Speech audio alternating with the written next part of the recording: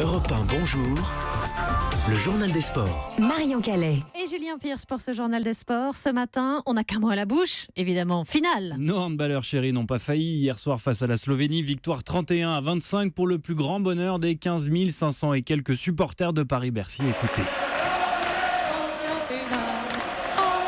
Les experts vont donc jouer dimanche la finale de leur mondial à la maison avec leur public. Il ne pouvait pas en être autrement, se réjouit l'ailier des Bleus Luc Abalo.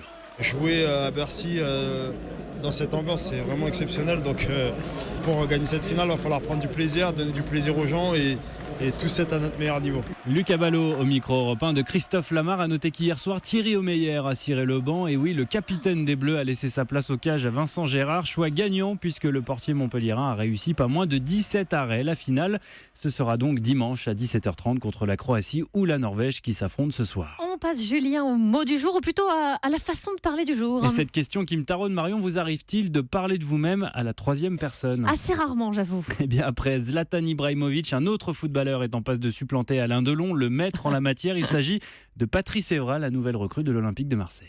Et des supporters marseillais, ils connaissent vraiment le football. Il y en a qui font carrément des crédits pour avoir cet abonnement.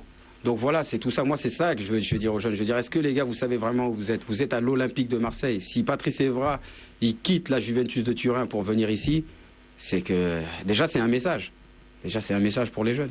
Et Patrice Evra, que l'on adore taquiner, toujours, interrogé évidemment, par Yann Terroux pour Europe 1. Marseille, qui reçoit ce soir Montpellier à 20h45, match d'ouverture de la 22e journée de Ligue 1. En cas de succès, les Phocéens prendraient provisoirement la 5e place du classement, juste derrière l'Olympique lyonnais. Et il y a aussi de la Ligue 2 ce soir. Avec 8 matchs au programme, le leader Brest se déplace sur la pelouse de Valenciennes, Nîmes accueille le Racing de Strasbourg, Troyes reçoit le Havre, le Stade Lavallois est attendu en Corse sur le terrain du Gazélec d'Ajaccio, l'AC Ajaccio cette fois jouera à Bourg-en-Bresse. Les Chamois niortais vont défier Tours. Victoire impérative pour les Auxerrois face à Clermont. Enfin, la Lanterne Rouge Orléans défie à domicile le Football Club de Sochaux. On passe maintenant à l'histoire du jour, Julien, et cette nouvelle affaire de dopage dans le rugby tricolore. L'ancien international et joueur du Racing, Yannick Nyanga, passait hier devant la commission antidopage de la Fédération française de rugby. On lui reproche d'avoir pris de l'hygiénamine, un produit qui n'est pas strictement autorisé ni strictement interdit d'ailleurs. Ouais. C'est un brûleur de graisse. Nyanga a en tout cas reçu hier un soutien de poids en la personne de Yannick Bru, l'entraîneur des avants du 15 de France. Je connais